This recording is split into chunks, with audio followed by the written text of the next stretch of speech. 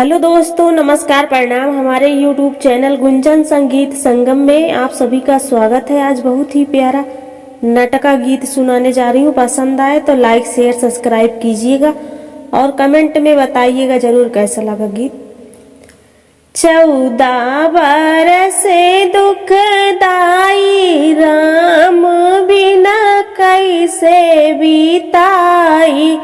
14 बरस दुखदाई राम बिना कैसे बीताई।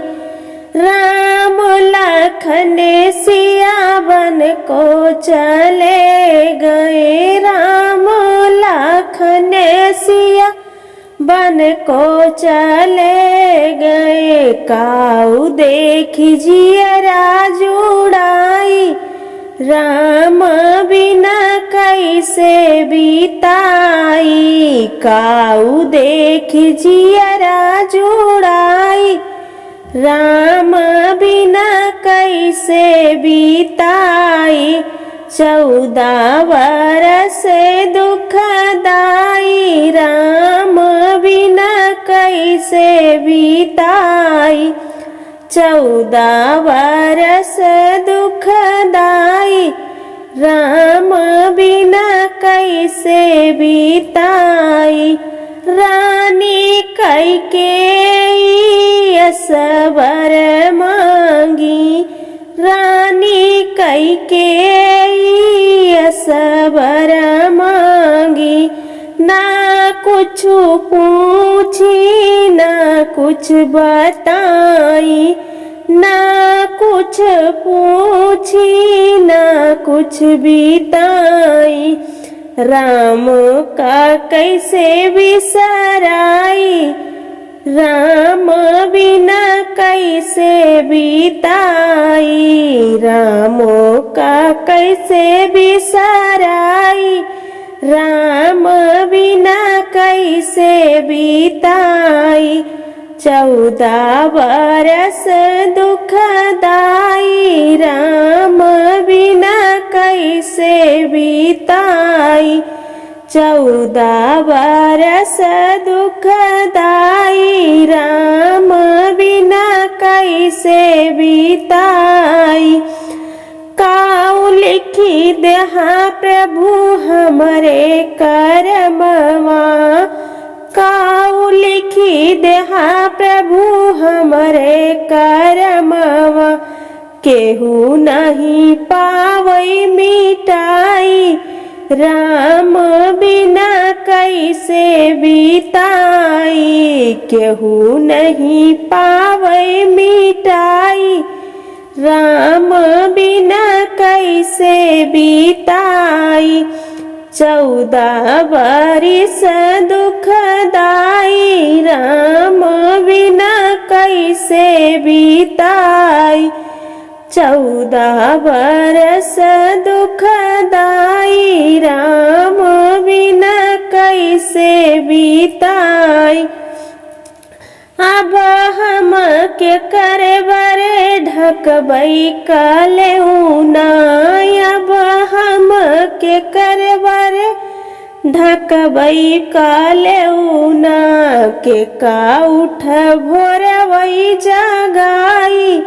राम बिना कैसे बीताई। के का उठी भोरवा जगाई। राम बिना कैसे बीताई। 14 बरस दुखदाई राम बिना कैसे बीताई। 14 बरस दुखदाई राम बिना कैसे बीताई। अपनी महलिया से सुमित्रा समझावे। अपनी महलिया से सुमित्रा समझावे। जियरा धीर धराई राम बिना कैसे बीताई। जियरा धीर धराई राम बिना कैसे बीताई। भारत के तैया जी ढाकियू कालेऊना, भारत की तैया जी ढाकियू कालेऊना। भुआल का दीहु गहराई, राम बिना कैसे बीताई। भुआल का दीहु गहराई, राम बिना कैसे बीताई। 14 बरिस दुखदाई, राम बिना कैसे बीताई। 14 बरस दुखदाई, राम बिना कैसे बीताई। 14 बरिस दुखदाई, राम बिना कैसे बीताई। पूछई जनक जी की ढेरिया, पूछई जनक जी की ढेरिया। राम कैसे तोड़ी है धनुहिया, पूछई जनक जी की ढेरिया। राम कैसे तोड़ी है धनुहिया, तोड़ी है धनुहिया हो, तोड़ी है धनुहिया।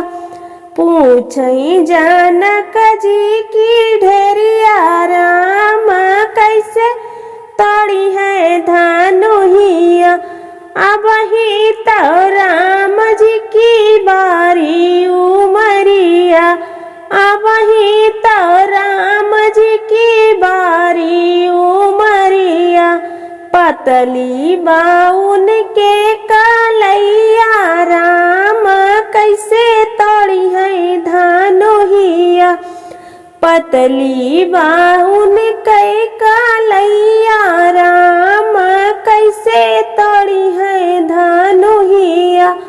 पूछे जनक जी की ढेरिया, राम कैसे तोड़ी है धनुहिया। अब ही तो राम जी की पतली कलैया, अब ही तो राम जी की पतली कलैया, अब ही तो राम जी की पतली